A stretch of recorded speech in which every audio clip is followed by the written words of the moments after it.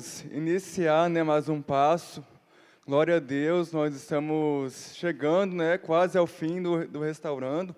Faltam apenas 3 passos, e nós estamos no 9º passo, E antes de começar, eu quero orar, Quero clamar a Deus para que Ele faça, tudo o que Ele planejou para hoje, Então, quem puder, boa noite, para quem está aqui, boa noite para as pessoas que estão em casa também, nos acompanhando.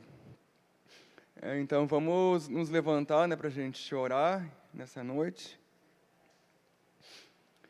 Jesus, muito obrigado, Pai. Nós somos gratos, Senhor, por essa noite. Nós somos gratos, ó Deus, porque até aqui o Senhor tem nos ajudado, o Senhor tem nos sustentado, Deus.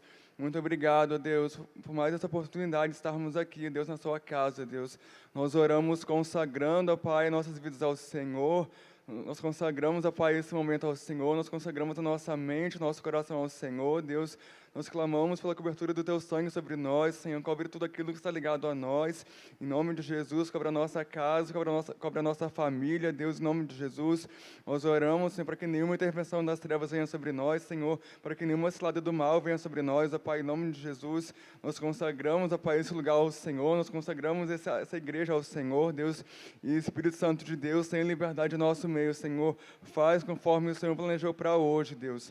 Em nome de Jesus, que a sua unção venha sobre nós, despedaçar todo o jugo, ó Pai, em nome de Jesus, tirar todo o jugo, toda a prisão, Deus. Em nome de Jesus, abre a nossa mente, Deus, para que nós possamos entender, ó Pai, essa palavra de hoje, Deus, em nome de Jesus, que nossos ouvidos estejam atentos e sensíveis à sua voz, ó Pai, em nome de Jesus. Amém. Boa noite, meus irmãos. É uma alegria estar aqui com vocês para poder compartilhar, do 9º passo, para fazer essa abertura. E eu quero agradecer, a Daíse, que me chamou para fazer essa abertura, Ela não está aqui, mas registra aí, a minha gratidão por esse tempo, por estar aqui nesse tempo. E eu estou muito feliz por vocês que chegaram até aqui, Por vocês que fizeram, o 1º passo, o 2º, o 3º, o 4º, o 5º, o 6º, o 7º, o 8º e agora o 9º, Nós estamos muito felizes, A palavra fala, grandes coisas fez o Senhor por nós, e por isso nós estamos alegres. Então, nós nos alegramos em Deus, Nós estamos alegres por essa oportunidade de estar aqui para falar do amor de Jesus. A certeza que tenho é a mesma de Paulo, quando escreveu aos Filipenses, no capítulo 1, no verso 6. Eu estou convencido de que aquele que começou a boa obra em vocês vai completá-la até o dia de Cristo Jesus. Deus não deixa nada pela metade. Deus, Ele completa tudo, Ele não faz nada pela metade, Ele completa todas as coisas, Ele coloca a base nas nossas vidas.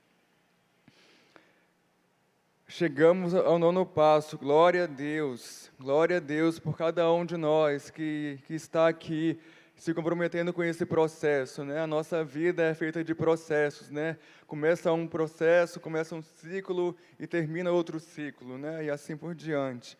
E chegamos mais a esse passo, chegamos ao 9º passo, para a glória de Deus. Mas não foi fácil chegar até aqui. A gente sabe que teve dificuldades, que tiveram barreiras, que tiveram circunstâncias que nos impediram de chegar até aqui. Muitas vezes o sono, o cansaço, mas Deus, Ele foi fiel, Ele continua sendo fiel. E Ele nos sustentou até aqui, Ele nos trouxe até aqui. Nós somos gratos por isso. E Jesus nunca disse que seria fácil, porque ele falou na palavra dele, no mundo tereis aflições, mas tem de bom ânimo, porque eu venci o mundo. Então, se Jesus venceu, se Ele, o próprio Cristo venceu, nós também podemos vencer, nós podemos vencer as tribulações, porque nós estamos com Ele, com Jesus no barco, com Jesus no barco tudo vai bem. Pode vir as tempestades, podem vir raios, trovões, circunstâncias, mas com Jesus no barco tudo vai bem. Ele pode acalmar as nossas tempestades. Lá em João 16, 33 fala: Ele mesmo nos disse: no mundo tereis aflições, mas tenha de bom ânimo, pois eu venci o mundo. Né? Jesus está nos dizendo nessa noite para a gente ter bom ânimo, para a gente levantar a cabeça, para a gente erguer os olhos. Né? A Bíblia fala também, olho para os montes e me pergunto, de onde virá o meu socorro? Meu socorro vem do Senhor que fez os céus e a terra. Então, nessas circunstâncias, né, nesse tempo difícil que nós estamos vivendo, né, de pandemia, de circunstâncias difíceis mesmo, o nosso socorro vem do Senhor. Nós podemos olhar para o alto, porque de lá vem o nosso socorro, de lá vem tudo que nós precisamos. Então eu quero dizer a cada um de vocês que vocês são vitoriosos por chegarem até aqui. Glória a Deus pela vida de vocês, porque vocês estão dando esse passo de vitória, estão dando esse passo, né? E o mundo espiritual registra isso, né? O mundo espiritual está registrando o compromisso de vocês, né? Está registrando esse passo que vocês estão dando, né? De ter uma alma saudável, né? De viver relacionamentos saudáveis, de viver mesmo, né? A plenitude de tudo que Deus tem para cada um de vocês. Então, o mundo espiritual registra isso. É um tempo de celebrar, né? É um tempo de se alegrar em Deus, porque Deus nos deu condição, né? Deus nos deu vida e saúde para estarmos aqui. Então, a gente precisa celebrar, a gente precisa se alegrar, né? A Bíblia fala, alegrai-vos quando me disseram, né? Vamos à casa do Senhor. Então, nós estamos alegres, porque nós estamos aqui para dar esse passo, né? Para viver esse passo junto com vocês, junto com os irmãos. Mas eu preciso fazer um alerta para vocês nessa noite. A gente está aqui no Restaurando, mas a gente pensa nos nossos parentes, né? A gente pensa no nosso pai, na nossa mãe, nos nossos amigos. Né? A gente pensa, né, em muitas pessoas que poderiam estar aqui. Né? A gente pensa em várias pessoas que poderiam estar aqui vivendo esse processo. Mas Deus diz para vocês, Deus diz para mim, Deus diz para cada um de nós nessa noite, não temam, porque eu também estou guardando a vida deles, né? Não se preocupem, porque da sua casa, dos seus, eu cuido. Então, não se preocupem com quem está lá fora, não se preocupem com as pessoas que vocês acham que podiam estar aqui. Apenas desfrute desse tempo, né? Desfrute da presença do Pai. Deus marcou um encontro com vocês, Deus marcou um encontro com cada um de vocês que está aqui, Deus marcou um encontro com vocês que estão em casa. Então, não se preocupem com as pessoas que vocês acham que deveriam estar aqui, né? Deus, Ele marcou esse encontro, Deus sabia que vocês iriam estar aqui, Ele quer encontrar com vocês. Então, apenas confiem e se lancem mesmo nesse processo de cura e restauração da nossa alma. Não se preocupem, não temam, Deus está cuidando deles também. Basta você transbordar todo o conhecimento, luz e verdade que tem recebido aqui. A sua prática e a sua mudança de vida será uma boa influência para todos eles. Né? Quando a gente vai para casa, né, é uma ótima oportunidade. Deus nos dá uma ótima oportunidade de falarmos para os nossos parentes, para os nossos amigos, para os nossos entes queridos, tudo aquilo que nós estamos vivendo aqui, né? Porque é muito bom, né, a gente testemunhar de tudo aquilo que Deus faz em nós, né? E quando a gente testemunha para os nossos entes queridos, para os nossos parentes, para os nossos amigos, Deus, Ele faz crescer, né, a semente, né? É como se quando a gente testemunha para os nossos entes queridos e amigos, é como se a gente estivesse lançando uma semente no coração deles. E no tempo certo, essa semente vai florescer, vai crescer e vai brotar, né? E a gente precisa lançar a semente, né? O nosso papel é lançar a semente. E quem vai dar o crescimento é o Espírito Santo, né? A Bíblia fala que uma das cartas de Paulo, né? fala que Paulo plantou, Apolo regou, mas Deus deu o crescimento. Então, o nosso papel é apenas lançar a semente e deixar o Espírito Santo dar o crescimento. Amém? Quero te explicar que luz é igual responsabilidade. Né? Nesse tempo, a gente tem recebido muita luz de Deus. A gente tem se exposto à luz de Deus. E quando a gente se expõe à luz de Deus, a gente vê coisas que a gente não quer. Né? A gente vê as nossas feridas, a gente vê os nossos traumas, a gente vê coisas que a gente não quer. Mas isso é bom. Né? Às vezes dá vontade de fugir, né? Quando a gente olha para nós mesmos, de tão pecadores que nós somos, né? Dá vontade de fugir, mas a gente precisa encarar, a gente precisa admitir o que está dentro da nossa alma, né? A gente precisa ter essa coragem para admitir o que vai dentro da nossa alma, né? A gente precisa confessar a Deus, né? O que tem dentro da nossa alma. E quando a gente recebe luz, a gente está também lançando as trevas para fora, né? Porque antes a gente conhecer Jesus, a gente andava em densas trevas, a gente andava em caminhos tortuosos. Mas quando a gente conhece a Deus, quando a gente conhece Jesus, o Espírito Santo vem habitar dentro de nós, né? Quando a gente conhece a Cristo, o nosso espírito se faz novo, né? A Bíblia fala, né, que eis que tudo se faz novo. Quando Jesus fala, né, eis que tudo se faz novo, tudo se fez novo no nosso espírito, né? Tudo se fez novo no nosso espírito. A gente recebeu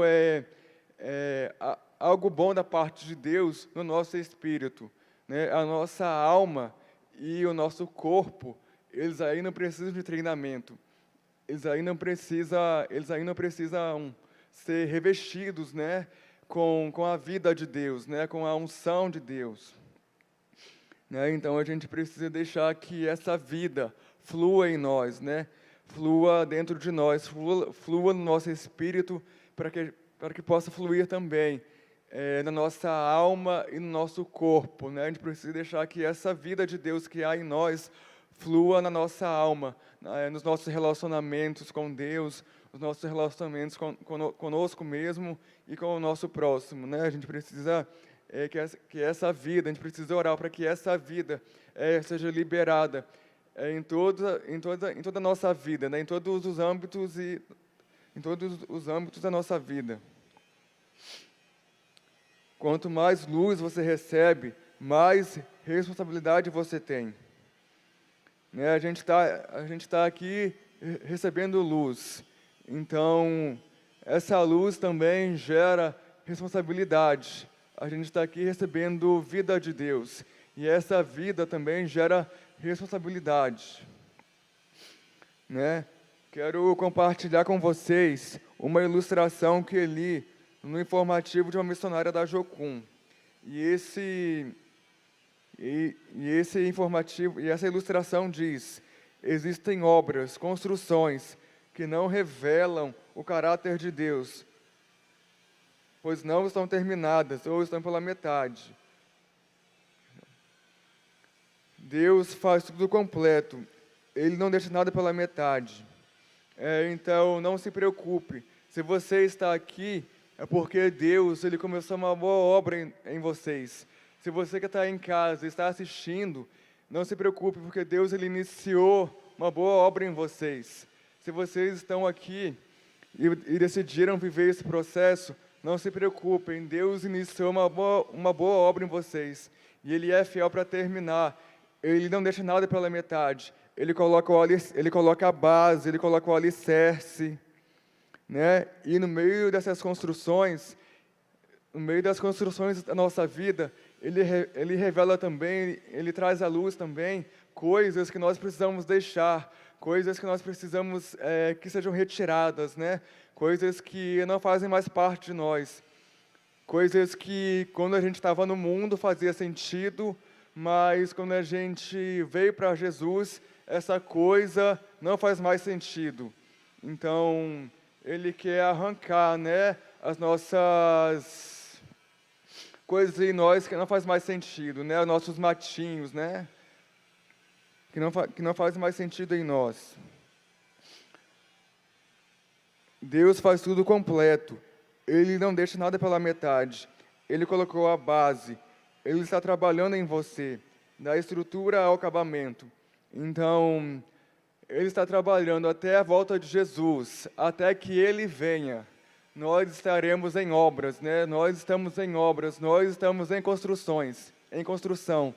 Então, até que Ele venha, nós estaremos em processo, nós estaremos crescendo, nós estaremos amadurecendo, nós estaremos conhecendo a Deus e fazendo Ele conhecido. Então, até que Ele venha, esse processo, né, nós iremos começar um processo e terminar outro, né? Até que Ele venha, nós estaremos nesse processo de transformação. Nós somos templo e habitação do Espírito Santo de Deus. Então, creia, o que Ele começou, Ele vai terminar. Seja um cooperador com Cristo.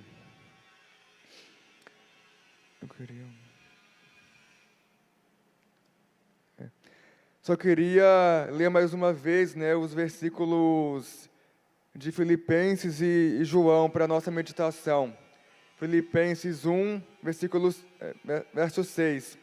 Estou convencido de que aquele que começou a boa obra em vocês vai completá-lo até o dia de Cristo Jesus. E João 16, 33. Ele mesmo nos disse: no mundo tereis aflições, mas tenham de bom ânimo, pois eu venci o mundo. Né? Então, levem esses versículos para a meditação de vocês. E estejam mesmo abertos, né, a tudo aquilo que Deus vai fazer aqui nessa noite. Né? Como eu disse, Ele começou uma boa obra em vocês, Ele vai terminar. Ele não deixa nada pela metade. O que Ele começou, Ele vai terminar. Então, eu quero chamar minha mãe aqui para a gente poder orar mais uma vez e ela dar continuidade.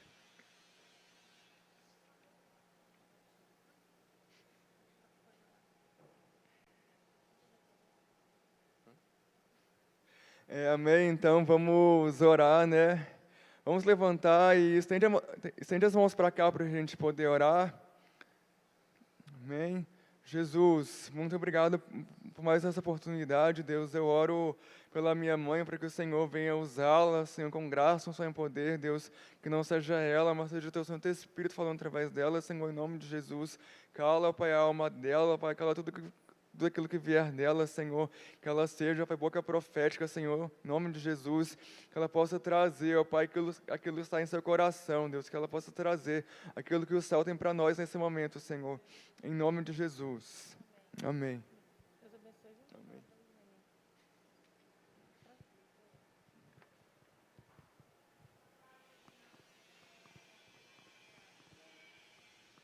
A paz, meus irmãos. Então é isso. Chegamos aqui no 9º passo. Processo, como o Léo falou, né? E é maravilhoso ver vocês perseverando, né? E como ele falou, o encontro é com a gente mesmo, né? Somos nós que estamos aqui, nós que estamos em casa acompanhando. É para a gente que Deus quer falar e é com a gente que Ele quer tratar. E, assim, eu costumo pensar e acreditar que nunca uma pessoa é só uma pessoa. Porque, na verdade, a gente, enquanto indivíduos, a gente toca muitas vidas. Imagina quanta gente, Elvis, você já conheceu ao longo da sua vida, até aqui, com a idade que você tem hoje. Quantas pessoas você teve a oportunidade de caminhar junto, de compartilhar coisas, né, de ajudar. Fora isso, essa quantidade de gente que você foi conhecendo ao longo da sua vida, tem seus filhos, que vão ter seus netos e todas as gerações futuras, que de alguma forma vão ser tocadas por sua vida também. Então, assim, eu nunca me impressiono com quantidade visível, porque eu realmente acredito numa quantidade invisível, que cada pessoa representa. Cada um de nós representa uma grande nação, de pessoas que a gente vai conhecendo ao longo da nossa vida e de pessoas que a gente vai influenciar, que são os nossos descendentes. Então, a gente vai alcançar gerações à nossa frente. Eu li uma frase recentemente que ela diz assim: tudo que afeta a uma pessoa diretamente, afeta a todos nós indiretamente. Porque a gente está muito ligado. Então, tudo que a gente está recebendo aqui, como o Léo disse, toda a luz de Deus, toda a verdade de Deus que nós estamos recebendo, tudo aquilo que está provocando uma mudança e uma transformação em nós, vai afetar muitas pessoas que nós vamos conviver e conhecer, e pessoas que nós vamos gerar. Então, assim, vale muito a pena estar aqui. Se sinta animado, em nome de Jesus, sabe? Para viver esse processo, porque ele não é só para o seu bem. Ele é para o bem de muitas pessoas. Ele é para o bem de uma nação, uma grande nação. Tá bom? Então, a gente chegou no 9º passo. Mas antes de entrar no 9º passo, eu quero reler com você todos os passos até aqui. Eu acho muito importante a gente estar trazendo a nossa memória, por onde a gente já passou. Então, eu estou abrindo aqui os 12 passos, e eu vou ler para vocês até o 9º, e as escrituras relacionadas. Passamos pelo primeiro passo, humildade e quebrantamento. Admitimos que éramos impotentes perante o dano causado por nossa separação de Deus e tínhamos perdido o domínio sobre as nossas vidas. A gente passou por esse passo. Sei que nada de bom habita em mim, isto é, em minha carne, porque tenho o desejo de fazer o que é bom, mas eu não consigo realizá-lo. Segundo passo, o passo de fé e esperança. Viemos a acreditar que um poder superior a nós mesmos poderia devolver-nos a sanidade. Nós estamos aqui trilhando esse caminho em busca da nossa sanidade. Pois é Deus quem efetua em vocês tanto o querer quanto o realizar, de acordo com a boa vontade dEle. Então, o querer estar aqui foi Deus que gerou no meu coração e no seu. E o realizar estar aqui também foi Deus que tem operado em cada um de nós. Então, tudo isso é maravilhoso. Terceiro passo, o passo de entrega. Decidimos entregar nossa vontade e a nossa vida aos cuidados de Deus, na forma em que o concebíamos. Portanto, irmãos, rogo-lhes pelas misericórdias de Deus que se ofereçam em sacrifício vivo, santo e agradável a Deus. Este é o culto racional de vocês. A gente está aqui para aprender a prestar um culto racional a Deus, que é justamente nos entregar a Ele como um sacrifício vivo, santo e agradável. É a nossa vida entregue no altar de Deus todos os dias. A gente está aprendendo essas coisas aqui. Quarto passo foi o passo da autoavaliação. Fizemos minuciosa e destemida autoavaliação moral de nós mesmos. Esses primeiros passos, até o 6º, é um mergulho para dentro de nós, para ver tanta coisa que tem que consertar, como o Léo falou, tanta coisa que não faz mais sentido na nossa vida, que precisa ser arrancado. Então, nós fizemos essa minuciosa e destemida autoavaliação moral de nós mesmos. E quantas coisas nós vimos que a gente sofreu para ver, e sofreu para tratar, e está tratando. Examinemos seriamente o que temos feito e voltemos para o Deus eterno. Esse é o processo que a gente está vivendo aqui. O quinto passo, o passo da honestidade. Admitimos perante Deus, perante nós mesmos e perante outro ser humano a natureza exata das nossas falhas. Quantos de nós chegam aqui para o programa de cura achando que não tem nenhuma falha, que todos os problemas que nós temos, a culpa é do outro? E aí a gente chega no quinto passo para admitir a natureza exata das nossas falhas. Portanto, confessem os seus pecados uns aos outros e orem uns pelos outros para serem curados. A gente começa a trilhar um caminho de interdependência, um caminho de reconhecer que nós precisamos uns dos outros. O 6º passo, oferecendo-se a Deus, prontificamo-nos inteiramente a deixar que Deus removesse todos os nossos defeitos de caráter. A gente está nesse processo, onde a gente perceber que há um defeito de caráter em nós, a gente já está com essa prontidão de permitir que Deus remova essas falhas de caráter de nós. Humilhem-se diante da mão do Senhor e Ele os exaltará. E eu me lembro que eu compartilhei sobre isso e eu falei que eu penso que o lugar mais exaltado que a gente pode desejar estar é na presença de Deus mesmo. É nos braços de Deus, né? Não existe lugar mais alto. Então, humilhem-se diante do Senhor e Ele os exaltará. E o 7º passo, cura, arrependimento e libertação. Aqui nós tivemos um retiro também. Humildemente rogamos a Deus que nos livrasse de nossas imperfeições. Essa é uma oração que nós temos que fazer para toda a nossa vida. Nós temos que rogar humildemente que Deus nos livre de nossas imperfeições.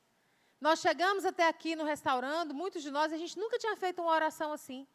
A gente pedia tantas coisas para Deus, mas a gente nunca tinha pedido, Deus, eu rogo ao Senhor, me livra das minhas imperfeições. Então, aqui a gente tem aprendido a cooperar com Deus, naquilo que Ele quer fazer em nós, num processo de santificação, num processo de nos tornar mais semelhantes a Cristo. Esse é o processo que a gente tem vivido aqui, de cura e de libertação. É um processo de restauração da nossa alma, para que aquilo que é de Deus em nós possa realmente brilhar sem nenhuma trava, sem nada que impeça a manifestação do caráter de Deus em nós. O 7º passo é esse, o passo de cura, arrependimento e libertação. É quando a gente aprende a rogar a Deus, que Ele nos livre das nossas imperfeições. Se nós confessarmos os nossos pecados, Ele é fiel e justo para perdoar os nossos pecados e nos purificar de toda injustiça. É começar a ter convicção dessa verdade. Passamos pelo 8º passo. Fizemos uma relação de todas as pessoas que nós tínhamos prejudicado e nos dispusemos a reparar os danos a elas causados. Vocês conseguiram fazer essa relação? Vocês conseguiram listar as pessoas para quem vocês causaram dano? Vocês estão com essa disposição no coração de reparar os danos causados? Porque no 8º e o 9º passo, eles são bem juntinhos. No 8º, você lista essas pessoas, pensa a respeito do prejuízo que você causou por aí, do dano que você causou por aí, se dispõe no seu coração que você quer reparar, e no 9º passo, você vai aprender como que você vai fazer isso. Então, hoje, eu queria que vocês prestassem mesmo muita atenção, porque você está com uma lista de pessoas na mão que você precisa reparar dano. E o 9º passo é o passo da restituição. Então, hoje você vai aprender como reparar esses danos. E é muito legal, eu tenho certeza que você vai sair daqui sabendo coisas que você nem imaginava sobre essa reparação do dano. Então, chegamos no 9º passo, restituição. Fizemos reparação direta dos danos causados a tais pessoas, sempre que possível, marca no seu livro. A reparação direta dos danos vai ser sempre que possível. Então, quer dizer que não vai ser todas as vezes. Fizemos reparação direta dos danos causados a tais pessoas, sempre que possível. Salvo, ainda tem uma exceção, salvo quando fazê-las significasse prejudicá-las ou a outrem. Então, olha só, no 9º passo você vai aprender sobre restituição. A gente está aqui no 9º passo para pegar essa lista que a gente fez no 8º passo e fazer a reparação direta dos danos causados. Só que agora você vai começar a aprender que nem sempre vai dar para você fazer essa reparação. Nem sempre. Vai ter situações que a pessoa vai ficar no prejuízo mesmo. Isso é muito triste. nem sempre vai ser possível a reparação, por uma série de situações, e a gente vai ver algumas delas aqui. E ainda tem uma exceção. Vai ter situações que, quando você quiser reparar o dano, na verdade, você vai causar mais prejuízo ainda. Ou para a pessoa que você já causou dano, ou para uma outra pessoa. Então, a gente vai ter que ter muita atenção. Pega essa lista que você fez durante o 8º passo e seja extremamente responsável com ela. Porque você tem que saber o que você vai fazer agora. Tá bom? Mateus 5, 23 e 24 é a base bíblica para o 9º passo. A palavra de Deus diz assim: portanto, se você estiver apresentando a sua oferta diante do altar e ali se lembrar de que seu irmão tem algo contra você, deixe a sua oferta ali, diante do altar. Vá primeiro reconciliar-se com o seu irmão. Depois volte e apresente a sua oferta. Para Deus, a reconciliação é muito, muito, muito importante. Mais importante do que qualquer oferta que você pretenda dar a Deus. Ele diz que primeiro você vai lá e conserta o que está indo mal no seu relacionamento. E depois você volta para o altar para fazer a oferta. Deus está muito mais preocupado com que você tenha bons relacionamentos, relacionamentos construtivos, abençoadores, do que com qualquer outra coisa que você pretenda ofertar para Deus. Ele quer que você venha aqui e oferte para Ele, antes de qualquer coisa, relacionamentos saudáveis. Relacionamentos onde você é abençoador e onde você é abençoado também. Então, sempre que você vier para o altar de Deus para ofertar algo a Deus, se você se lembrar que o seu irmão tem alguma coisa contra você, a instrução de Deus é: deixa a sua oferta onde está. Vai lá primeiro e se reconcilia com seu irmão. Depois você volta no altar para fazer a oferta. Muita coisa para a gente meditar nesses versículos. Então, esse é o passo da restituição. E restituir é devolver aquilo que foi tirado de alguém. É dar de volta, né? A gente está falando que a gente admitiu que causou dano, que causou prejuízo, que trouxe prejuízo mesmo, dano na vida de alguém. Então, esse é o passo de devolver, de dar de volta, de restituir. E a gente vai aprender como que a gente vai fazer isso. Antes de prosseguir, eu quero ler com vocês a oração, um trecho da oração da serenidade, que também é uma base daquilo que a gente tem feito aqui, que a gente tem aprendido. E ela diz assim: Deus, conceda-me a serenidade de aceitar as coisas que eu não posso mudar, a coragem para mudar as coisas que eu posso e a sabedoria para reconhecer a diferença. Porque muitas vezes a gente mistura tudo e a gente quer mudar coisas que a gente não pode mudar. Então, eu creio que para dar o 9º passo, essa oração ela é um norteador muito importante para a gente. Tá? Então, a minha oração por mim e por você é que Deus nos conceda essa serenidade, para que a gente possa aceitar as coisas que a gente não pode mudar. E aqui eu quero falar para você que aceitar não tem nada a ver com concordar. Aceitar é se resignar, aceitar é se render, aceitar é se render mesmo, é entender: olha, não tem nada que eu possa fazer com relação a isso. Então, eu aceito. Eu quero te explicar que isso é diferente de concordar. Concordar é ter o mesmo coração com o outro. É você, no seu coração, entender as coisas da mesma forma. Ter uma conexão mesmo ali no coração. Então, o aceitar não significa que você concorda com o que o outro está fazendo. Outro dia eu tive a oportunidade de orar por uma senhora e ela estava num profundo sofrimento, porque um casamento de muitos anos, com filhos criados, e o marido resolveu ir embora. Ele rompeu o relacionamento, ele simplesmente saiu de casa e não queria mais conversar com ela, e não queria mais nada, e ela estava sofrendo muito, e a frase que ela mais repetia é: eu não aceito, eu não aceito, eu casei com tudo certinho, eu criei meus filhos, eu não aceito a separação. E aqui eu quero falar que a gente precisa orar a oração da serenidade mesmo, pedir a Deus essa serenidade e sabedoria. Por quê? O que ela pode fazer com uma decisão que é do outro? Se ele decidiu sair e saiu, o que ela pode fazer para impedir? Então, eu penso que isso é uma situação para aceitar. Ela não concorda, ela não tem o mesmo coração com ele. O coração dela é viver para sempre juntos nesse casamento. Mas ele não tem mais esse coração com ela.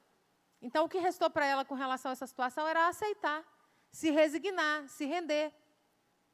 Mesmo que ela orasse sobre isso, mas ficar lutando por dentro, dizendo que não aceita, coloca ela numa situação de muito sofrimento. Então, Deus, conceda-me a serenidade de aceitar o que eu não posso mudar. E aqui eu quero dizer para você, você não pode mudar ninguém. Você não pode mudar seu esposo, você não pode mudar seus filhos, você não pode mudar sua esposa, você não pode mudar seu patrão, você não pode mudar pessoa nenhuma. Então, o que te resta fazer com relação a todas as pessoas é aceitar as pessoas como elas são. Não significa que você concorda com o que elas estão fazendo e decidindo e com a maneira como elas estão agindo. Mas você precisa aceitar, porque você não tem o que fazer com relação a decisões do outro. Serenidade para aceitar o que eu não posso mudar. E coragem para mudar o que eu posso. E aqui eu quero dizer para você, você pode mudar você mesmo. Com a ajuda do Espírito Santo de Deus, você pode mudar você mesmo. Você pode cooperar com Deus nesse processo de santificação. E você pode se tornar uma pessoa melhor. Se você fazer fofoca, você não vai fazer mais.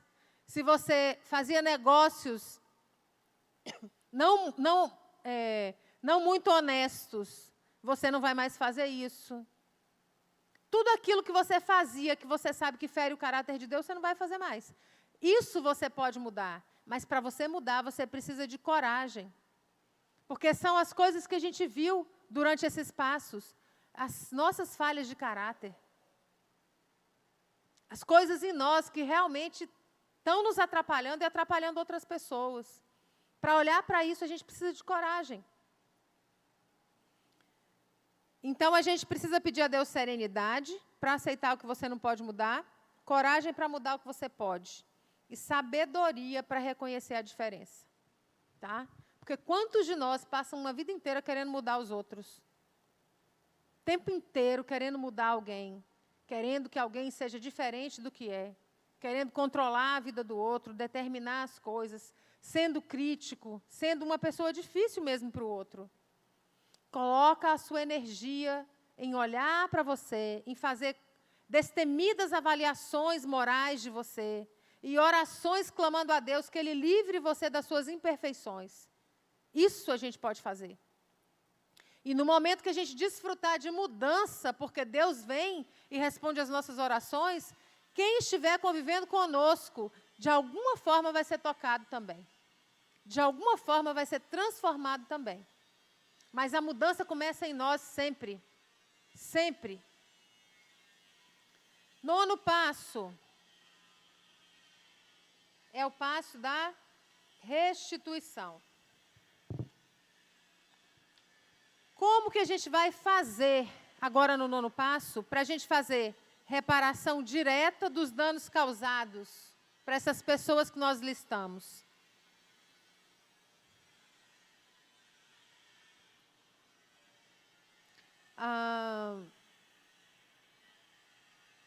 Só recapitulando sobre os passos até aqui. Os 6 primeiros passos representam a descida de alguns degraus e permitiram conhecer a seriedade de nossos problemas, preparando-nos para abrir mão deles. O 7º passo e a ministração de restauração trataram as raízes de muitos de nossos problemas, ajudando-nos a liberar a dor, limpar a consciência e renunciar a qualquer envolvimento que havíamos desenvolvido com a carne, o diabo e o mundo. O 8º passo em diante são os passos de subida que nos farão sair do poço e reconstruir uma vida nova. As decisões muito importantes tomadas no 8º passo o levam adiante na viagem de recuperação, faça um repasse e dê uma nota a si mesmo nos 4 itens do 8º passo que se seguem. Eu vou ler para você e se dá uma nota com relação aos itens que eu vou ler para você agora. Você se preparou para pedir perdão às pessoas que você feriu? De 0 a 10, que nota você dá para você sobre esse item? Você se preparou para pedir perdão para as pessoas que você feriu? Próximo item, você perdoou a si mesmo? Você já conseguiu se perdoar? Porque esse é o processo que a gente está vivendo, esse é o momento. O 8º passo é perdão. Próximo item, você começou a reconstrução de sua identidade, de sua autoimagem, para tornar-se cada dia mais como Jesus? Você percebe que você já começou isso na sua vida?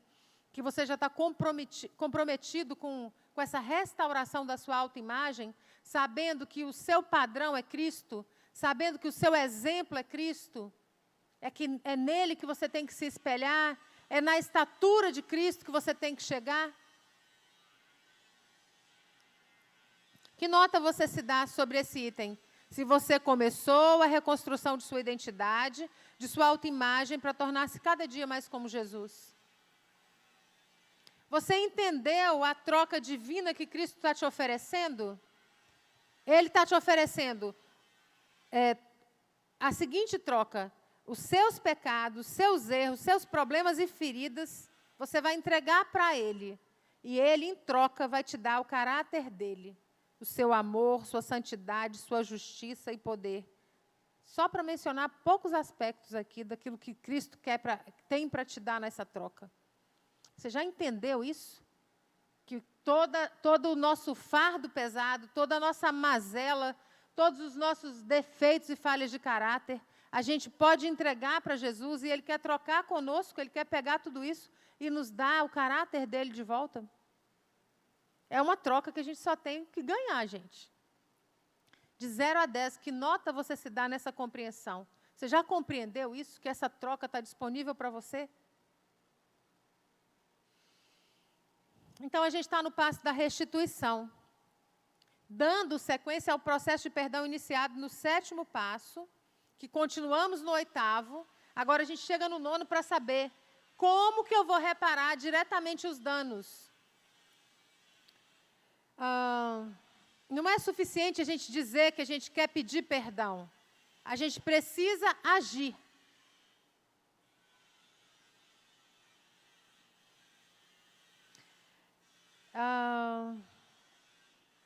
Nós queremos demonstrar um verdadeiro arrependimento nesse passo agora, no 9º passo, com frutos visíveis e reais, que são as nossas ações para restituir. A gente precisa aprender agora no 9º passo que a gente precisa de cautela. Cautela. Aqui ele faz um alerta para que as pessoas codependentes fiquem atentas e tenham muita cautela. Porque elas podem entrar num processo de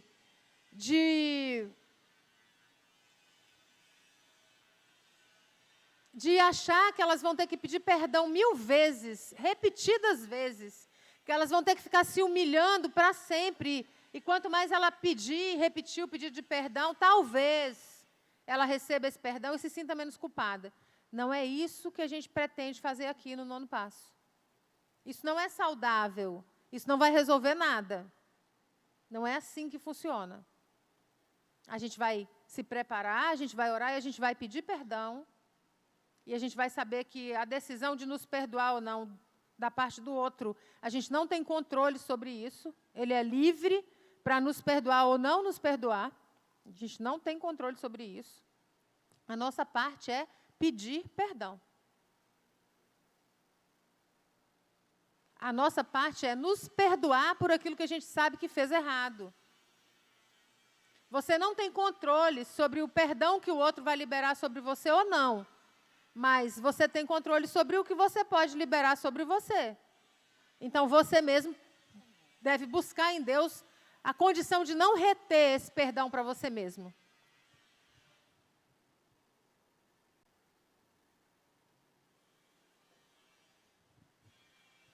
eu vou confessar para vocês que o 9º passo me chocou muito. Porque durante muito tempo, acho que até durante o 9º passo no meu processo, eu achava que a gente tinha que dizer a verdade, tipo assim, dizer a verdade doa quem doer. Graças a Deus que eu não penso mais assim. Porque a gente tem que ter sensibilidade com as pessoas. Nem todo mundo está pronto para ouvir as coisas. A gente tem que dizer a verdade em amor. Não é dizer a verdade doa quem doer. Dizer a verdade em amor, com responsabilidade. E saber quando é para dizer, como é para dizer. Se o outro tem estrutura para ouvir o que vai ser dito.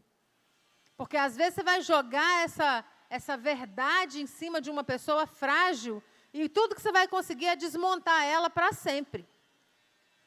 E o objetivo aqui no 9º passo e no programa de cura inteiro não é você sair ferindo as pessoas, destruindo as pessoas.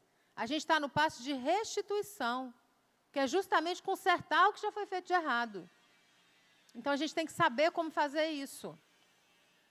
Então, já sai daqui sabendo, assim, esse pedido de perdão não é uma coisa em 1000 prestações, que a vida inteira você vai ficar se humilhando e pedindo perdão de novo, e de novo, e de novo. Não é isso. Não é assim. Nós fizemos uma lista de pessoas no 8º passo, que a gente quer reparar dano. Agora, no 9º passo, a gente vai ser mais restrito e específico quanto à definição de quem são as pessoas a quem nós vamos fazer reparação e quando. Olha só, você vai pegar essa lista que você fez e você agora tem a tarefa de ser restrito e específico.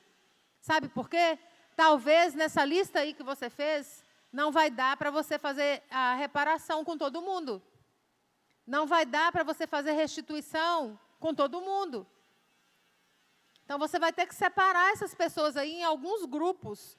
E a gente vai aprender sobre isso agora, tá?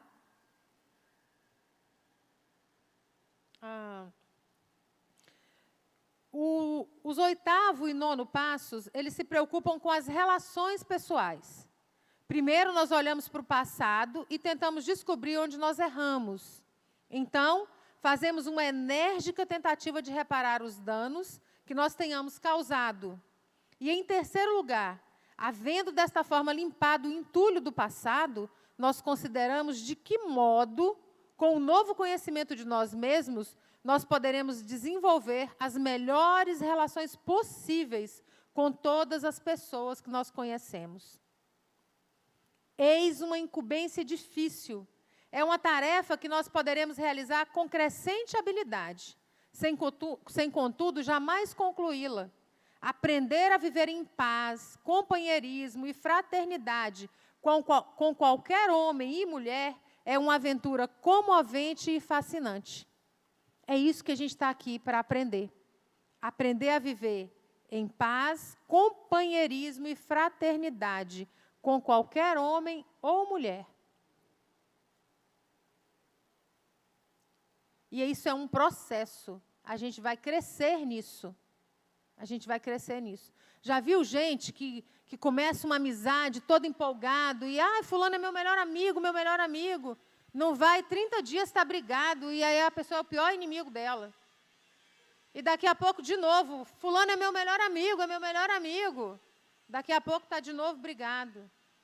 São pessoas, como nós, que precisam aprender a se relacionar de forma pacífica, com companheirismo, com fraternidade, com compaixão, com misericórdia.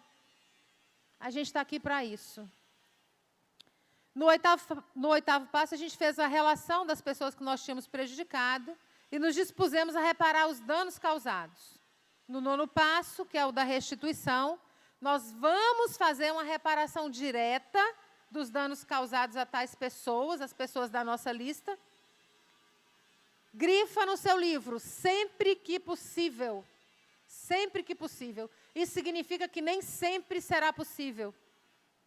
Salvo quando fazer essa reparação vai significar prejudicar ainda mais a pessoa que você já causou dano ou a uma outra pessoa. Vou explicar, tá? Como é que eu posso prejudicar outra pessoa se eu causei um dano para Elvis, quero fazer uma reparação com Elvis, como é que eu posso, de repente, na tentativa de fazer essa reparação direta, causar dano a uma segunda ou terceira pessoa? Simples, eu vou lá tratar com ele, e aí o que eu fiz errado contra ele, eu fiz errado junto com Keila. E aí eu chego lá em Elvis, aquele prejuízo que eu te dei na compra daquele carro, assim assado. Então, foi um negócio que eu tinha feito com Keila, os conselhos que Keila me deu, e aí o dinheiro foi para a mão de Keila. Você entendeu? E aí, na tentativa de reparar o dano, eu trago mais problema para ele e para uma segunda pessoa. Eu não tenho direito, por mais que eu tenha agido errado contra ele, junto com Keila, eu não tenho direito de expor uma outra pessoa. Quem está vivendo o processo de restauração sou eu. Quem está aprendendo a lidar com essas coisas sou eu. Eu vou lá e vou me expor. Agora, eu não posso e não tenho direito de expor mais ninguém. Vocês estão entendendo? Que às vezes na tentativa de reparar o dano, você vai criar mais problema, vai envolver mais gente. Então, nessa lista que você fez no 8º passo, você tem que pegar essa lista e olhar. Olha, se eu for aqui mexer nisso, o que eu vou estar mexendo aqui? O que eu vou estar trazendo aqui? Entende? Por isso que eu estou falando, a gente tem que ter muita responsabilidade para fazer o 9º passo, o passo da restituição. Tá? Então, é sempre que possível, e salvo quando fazer essa reparação, não signifique prejudicar mais pessoas. Tá? Quais são as qualidades que nós precisamos ter para dar o 9º passo? Primeira qualidade é bom senso. A gente precisa de bom senso para dar o 9º passo. Depois, nós precisamos de um cuidadoso sentido de escolha do momento. Você não vai chegar chegando, falando as coisas. Você tem que ter um cuidadoso sentido de escolha do momento. Se possível, marca, um lugar tranquilo, num ambiente que você vai estar seguro, a pessoa também, num ambiente que vocês não vão ser interrompidos, que vocês vão ter privacidade, condição de conversar. Um cuidadoso sentido de escolha do momento. Não é porque você fez a lista lá no 8º passo, caiu em si do prejuízo que causou, que você, porque está sufocado por isso, que você entendeu, que você tem que sair correndo e pegar a pessoa na entrada ou na saída da igreja e já sair falando tudo, sem perceber o momento, o ambiente. Então, peça a Deus por isso, por um momento adequado, para que essa sua tentativa de reparar diretamente o dano, ela aconteça de fato, sem causar mais problema. Outra qualidade que você precisa ter para dar o 9º passo é coragem. Não é fácil chegar para o outro e admitir que você fez alguma coisa que causou um prejuízo para ele. Não é fácil. A gente tem que ter muita coragem. E também prudência, tá? A gente tem que ter prudência. Tem situações e situações. E dependendo do que você está disposto a expor, a exposição é grande mesmo. Então, a gente precisa de prudência, para o nosso bem e para o bem dos outros. Tá? Após haver elaborado a relação das pessoas às quais nós prejudicamos, refletido bem sobre cada caso específico e procurado adotar uma atitude correta, veremos que as reparações diretas dos danos causados dividem em várias categorias aqueles aos quais nós devemos nos dirigir. Presta atenção aqui. Você vai pegar a sua lista, e essa lista vai ter pelo menos 4 categorias de situações aí, para você tentar fazer o dano. Olha bem. Essas reparações diretas dos danos causados dividem em várias categorias aqueles aos quais nós devemos nos dirigir. Haverá os que deverão ter preferência, tão logo estejamos razoavelmente confiantes em poder manter a nossa sanidade mesmo e ir lá tratar. Eu me lembro de um dos grupos de apoio que eu acompanhei, uma menina que tinha uma história muito difícil, ela era uma moça que tinha sido adotada, e ela tinha 2 meninas. E uma das irmãs dela de criação, né, uma pessoa mais velha que ajudou a mãe a criar ela, era muito acolhedora e muito apegada com as filhas dela, e ela tinha muito ciúme. Ela tinha ciúme do relacionamento dessa moça que tinha adotado ela, junto com as outras irmãs, do relacionamento que essa moça tinha com as filhas dela. Morava ali naquele mesmo quintal, sabe, quintal que tem várias casas? E ela dificultava tudo que ela podia o relacionamento das meninas com essa mulher, que era uma irmã dela, mais velha, no caso. E durante o processo aqui de cura e restauração, ela caiu em si, de como ela vinha sendo ingrata, de como ela vinha sendo uma pessoa dificílima de convivência naquele ambiente. E ela decidiu que ela queria fazer essa reparação direta com essa mulher. E eu lembro que o nosso grupo de apoio ficou orando por ela. E ela conseguiu marcar com essa irmã mais velha, na verdade, uma mãe de adoção. Ela conseguiu marcar uma tarde de sábado, e nessa tarde de sábado, nós, como grupo de apoio, ficamos em oração por ela, por essa conversa. Mas essa conversa foi tão libertadora e foi tão transformadora da vida dela, da irmã, que era a mãe de adoção, e das filhas dela, que assim a gente não tem condição de dimensionar o que Deus vai fazer quando você tiver a coragem mesmo de procurar as pessoas que você precisa procurar. Desde que você possa procurar, desde que seja possível, e desde que não vá trazer mais dano. No caso dela, não trouxe mais dano. Era ela e a irmã mais velha dela. Era acertar ali com ela, né? E permitir que ela se relacionasse com as filhas dela em paz e tudo mais. Receber a bênção, gente. Às vezes a gente não quer receber bênção. A gente dificulta para ser bem tratado, para ser bem cuidado, para ser amado.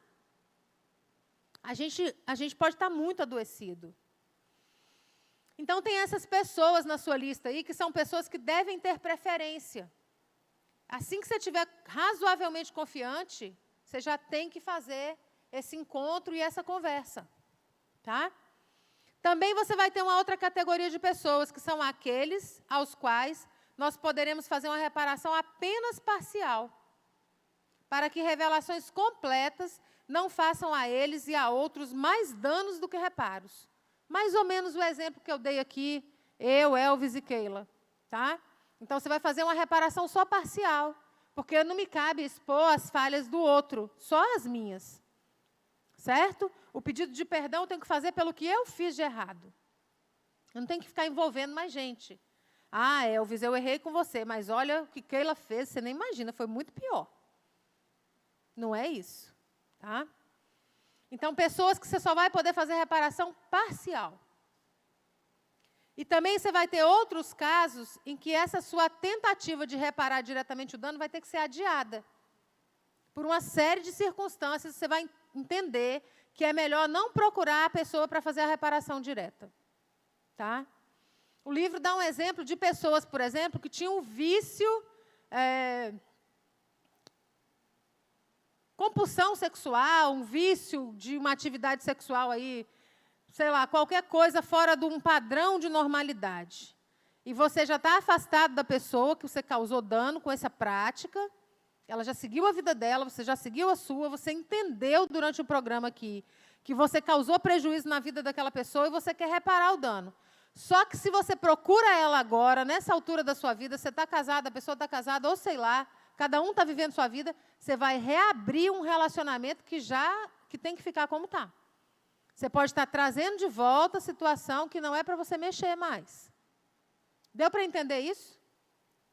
Que vai ter casos que essa ação vai ter que ser adiada. Você deixa quieto. Você também vai ter uma outra categoria na sua lista, de outros casos que, pela própria natureza da situação, você jamais vai poder fazer um contato pessoal direto com a pessoa.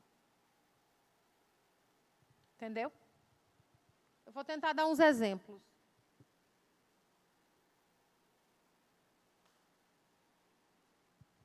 O melhor mesmo é a gente rogar humildemente a Deus que Ele retire as nossas falhas de caráter. Porque a gente ficar remendando os prejuízos que a gente causa por aí é muito dolorido. Para a gente e para os outros. Por isso que é tão importante um programa como esse. Porque daqui para frente, você vai fazer de tudo para não se envolver em situações de causar prejuízo para as pessoas, para o seu bem e para o bem delas. Poderá ser pouco prudente, a essa altura, reviver episódios angustiantes. O bom senso sugerirá que nós devemos ir com calma. Embora possamos estar inteiramente dispostos a revelar o pior, nós precisamos nos lembrar de que não podemos comprar a nossa paz de espírito à custa dos outros.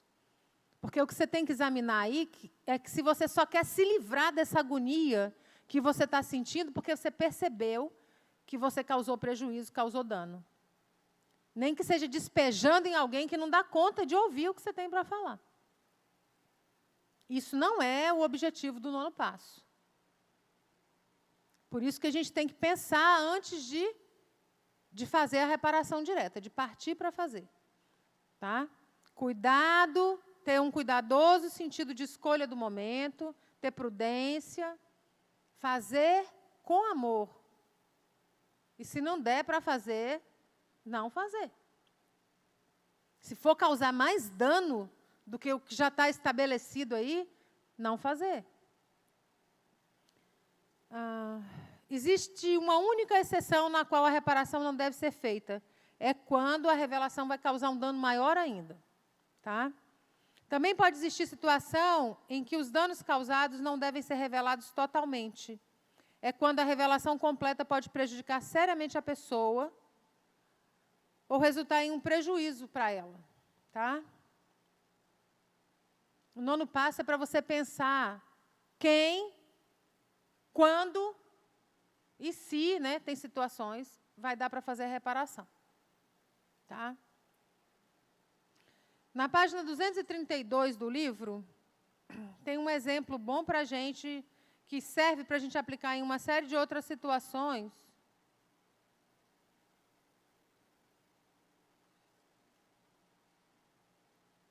Espera aí. É um caso que ele traz aqui, eu vou ler com vocês, é um caso de adultério. Como que você vai fazer numa situação de adultério? Para fazer a reparação direta do dano. Vejamos agora o caso de adultério. O exame desse caso nos fornecerá dicas para outras situações. Muitas vezes, alguém que traiu o cônjuge quer saber se deve confessar para ele ou ela, pedir perdão e fazer restituição. Em geral, sim, deve. Há alguns princípios importantes que podem nos orientar.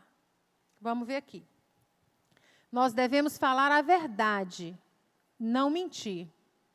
Satanás é o pai da mentira. Quando nós mentimos ou enganamos, nós agimos segundo ele e nós não andamos na luz. Uma mentira, com frequência, requer outras para se manter. E uma vez descoberta, o nosso cônjuge não terá nenhuma razão para acreditar mais na nossa palavra. Essa perda de confiança pode ter sequelas tão grandes quanto a confissão da traição ou até maiores. Mais um princípio. Nós devemos agir em amor, fazendo o que é melhor para o outro, não pensando em nosso próprio bem em primeiro lugar. Então, você tem que avaliar se o que você está pretendendo fazer vai fazer bem para o seu cônjuge, se ele vai dar conta. Isso se aplica a todos os outros relacionamentos que a gente causou dano. Então, você vai fazer o que é melhor para o outro, não pensando no seu próprio bem em primeiro lugar. Depois, o círculo da transgressão deve ser também o da confissão. Gente, isso é muito importante. Marca no seu livro. O círculo da transgressão deve ser também o da confissão. O que significa isso? A confissão não precisa passar por pessoas que não sabiam da transgressão e não foram atingidas por ela. A exceção pode ser feita no caso de um líder, quando ele peca. Aí a gente tem aqui uma instrução em 1 Timóteo. Ou de alguém viciado em sexo. Quem não consegue parar de adulterar ou abusar sexualmente. Aí é um caso de expor para fora desse círculo da transgressão. Tá? Então, o que ele está dizendo aqui? Se o dano está envolvendo Isabel, Sônia e eu, esse foi o círculo da transgressão. Eu fui lá para a Sônia e falei mal de Isabel. Prejudiquei o relacionamento delas, atrapalhei tudo. Esse foi o círculo da transgressão. As pessoas envolvidas somos nós três. O que a instrução para nós é, o círculo da confissão não pode passar de nós três. Não importa para outras pessoas. Entende? Não é necessário que isso se espalhe para mais gente. A exceção que ele faz aqui é caso de liderança, quando peca, que a Bíblia instrui a agir de outra forma. Até porque uma liderança influencia um número de pessoas muito grande. Então, talvez seja importante que todo mundo saiba o que vai acontecendo ali de errado. Né? Ou viciados em sexo. Por exemplo, alguém que pratica pedofilia ou que pratica estupros e não consegue parar essas coisas, e você acessa isso, então aí é um caso talvez de expor. Para além do círculo da transgressão, para a proteção dessa pessoa e das pessoas que estão correndo risco ali com ele, ou com ela. Mas é importante a gente entender isso, que se não for essas hipóteses, o círculo da transgressão deve ser o da confissão também. Deu para entender isso? A gente não vai ficar envolvendo mais gente no problema, mais gente do que já está envolvido. Tá? Outro princípio, nós devemos tratar os outros como nós gostaríamos de ser tratados. Geralmente, nós devemos confessar porque nós pecamos em sexo contra o nosso cônjuge e nosso casamento tem problemas cuja superação exige que nós trabalhemos juntos. Na maioria das vezes, a pessoa traída já tem sentido distanciamento, falta de interesse e frieza. Provavelmente tem suspeitado da infidelidade. Nosso pecado criou um muro entre nós. Se nós não confessarmos, Satanás pode ganhar outra brecha do medo de que nosso cônjuge algum dia descubra o nosso pecado. Sem dúvida, será muito melhor confessarmos do que ele descobrir nosso pecado por intermédio de terceiros. Tá? Tratar os outros como nós gostaríamos de ser tratados. Nós não gostaríamos de ser enganados, então a gente não vai enganar a outra pessoa.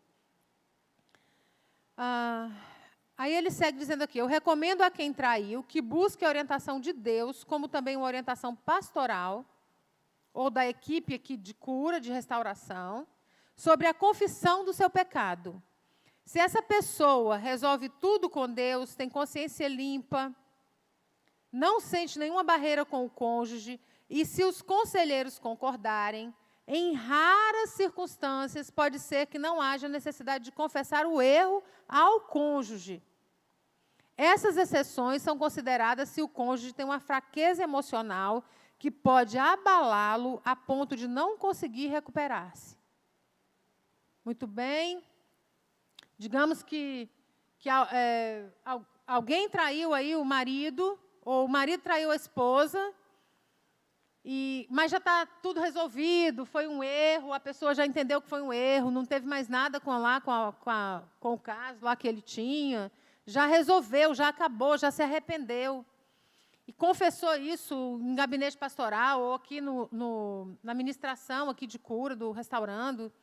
Ele já está tranquilo que ele errou e não vai mais cometer o erro. Ele está dizendo que há uma hipótese, uma possibilidade de nem ser necessário falar para a esposa. Quando? Digamos que essa esposa é uma pessoa frágil emocionalmente, ou está passando por uma depressão, ou acabou de ter uma perda, perdeu um parente, ou acabou de perder um filho, ou, sei lá, está fragilizada por algum motivo. Então, seria a pior hora para se confessar uma traição.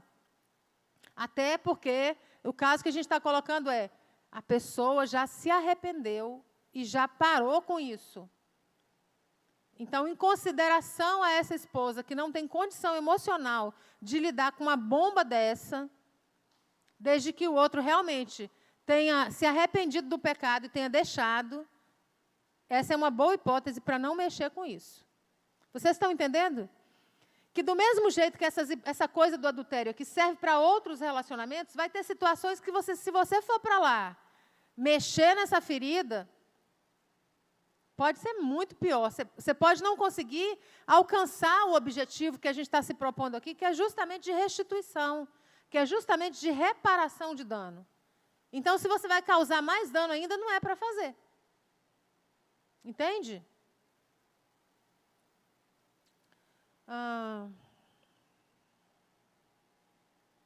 E aí ele vai dando aqui uma série de instruções, está no nosso livro aqui. E falando, inclusive, que imagina a dor de alguém que foi traído, de ouvir isso, né? Abre uma ferida muito grande na pessoa.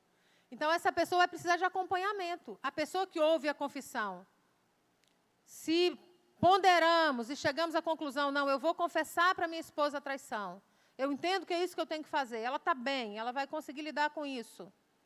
Mesmo assim, mesmo sendo uma pessoa que não está fragilizada, vai ser uma pessoa que vai precisar de alguém que acompanhe ela, porque ela vai ser ferida. E você que vai fazer a confissão nem tem que exigir perdão, tipo assim, estou fazendo restaurando, entendi tudo, errei com você, estou aqui confessando e você não me perdoa. Você não pode exigir isso. O outro é livre para te perdoar ou não te perdoar.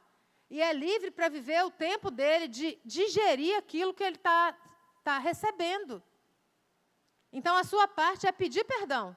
Ponto. O resto é com o outro. E aí você vai ter que ter paciência também. Respeitar o processo do outro também. Tá? Eu quero ler de novo o 9º passo, porque talvez agora lhe faça mais sentido. O 9º passo é o passo da restituição. Fizemos reparação direta dos danos causados às pessoas que nós listamos lá no 8º passo. Agora, essa reparação direta é sempre que possível. Deu para entender até aqui? Sempre que possível. Salvo quando fazer a reparação signifique prejudicar ainda mais a pessoa envolvida, que eu coloquei na minha lista, ou outras pessoas. Então, se vai trazer mais prejuízo, não é isso que a gente vai fazer.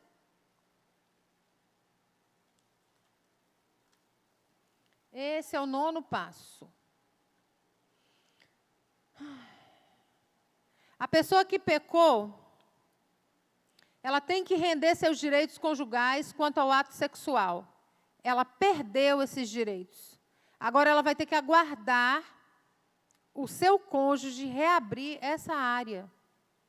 Da mesma maneira, gente, em outros relacionamentos. Talvez a outra pessoa, depois que ouve o seu pedido de perdão, a sua confissão, e você admite o dano que causou, ela queira um tempo para ela queira se afastar por um tempo. E você precisa respeitar isso.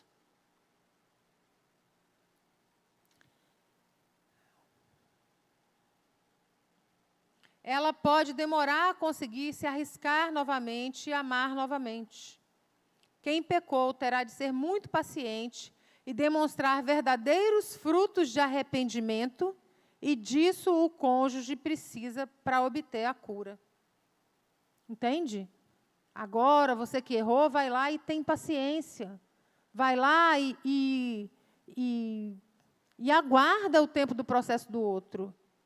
E essa paciência sua vai ajudar o outro a se curar. Você não ficar exigindo o perdão rapidamente. Né? A pessoa que pecou, ela precisa pensar na restituição. Algumas possibilidades de restituição. Investir tempo conversando, se importando com a vida do cônjuge. Fazer uma viagem especial somente os dois. Isso são maneiras de restituir. Comprometer-se, se for homem, a nunca estar com uma mulher sozinha, com exceção de sua mãe, esposa, filha ou irmã.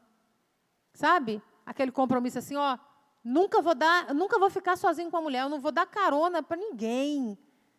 Ninguém vai me ver andando aí pela cidade com uma loura, ou uma morena, ou uma ruiva no carro. Nunca mais. Para que isso, gente? Tem alguma coisa de mais dar carona? Não, não tem, não. Mas o problema é, se vai trazer dúvida no coração de alguém que foi traído, esse é o preço que você vai estar pagando. É a reparação que você vai estar fazendo. Você criou uma situação de insegurança para a pessoa que você ama. E agora você vai pagar esse preço. É uma forma de restituição. É uma forma de reparar dano. Tá? pode concordar em fazer aconselhamento, pode concordar em ir junto para o restaurando, pode participar de grupos de apoio ou ministérios de casais. São maneiras de fazer a restituição. Pode voltar diretamente do trabalho para casa, se comprometendo a ligar para o cônjuge quando estiver saindo. Ó, já estou indo para casa. Tá? Você vai reconstruir confiança, reconstruir segurança no relacionamento. Isso é restituição. É devolver o que foi perdido. Foi danificada a confiança, foi danificada a segurança ali no relacionamento, você vai restituir. E aí vai dar trabalho, quebrou, vai dar trabalho para reconstruir, para refazer. Tá?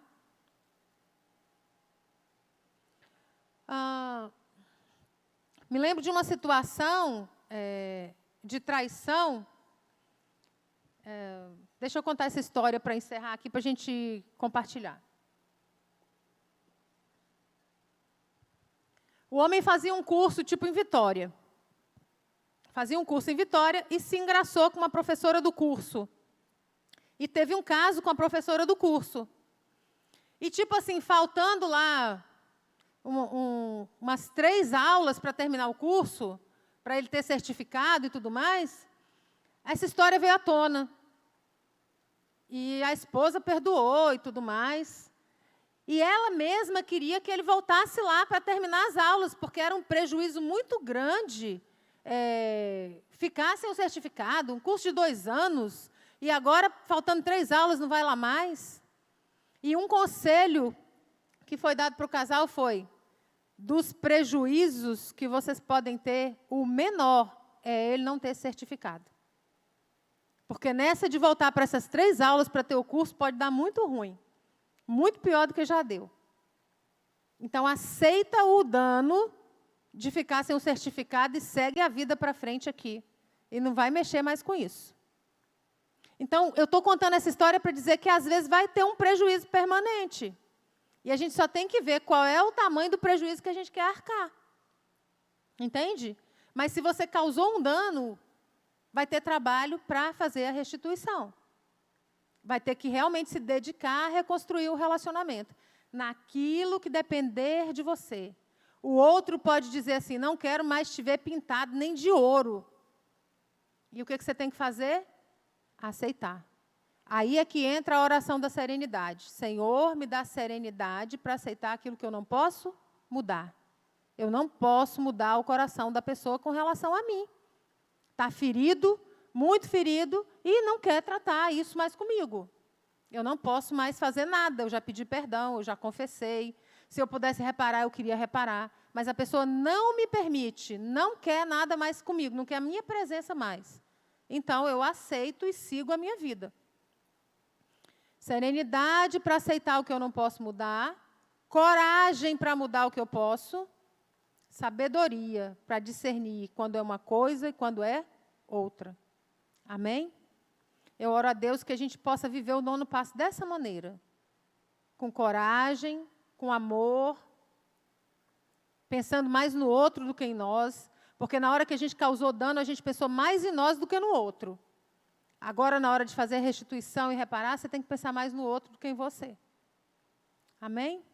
A gente fica por aqui, nós vamos compartilhar um pouco sobre essas coisas. E façam como aquela menina do meu grupo, de um dos meus grupos de apoio. Tem alguém aí que você precisa ter uma conversa séria, vai dar para fazer a reparação, depois de tudo que a gente aprendeu aqui hoje? Peça a oração para o seu grupo de apoio, peça a oração para a equipe de cura, para as pessoas realmente cobrirem você para esse momento, para que não haja barreiras, para que realmente a reparação possa acontecer, a restituição possa acontecer, e o relacionamento possa ser restaurado, e a reconciliação aconteça.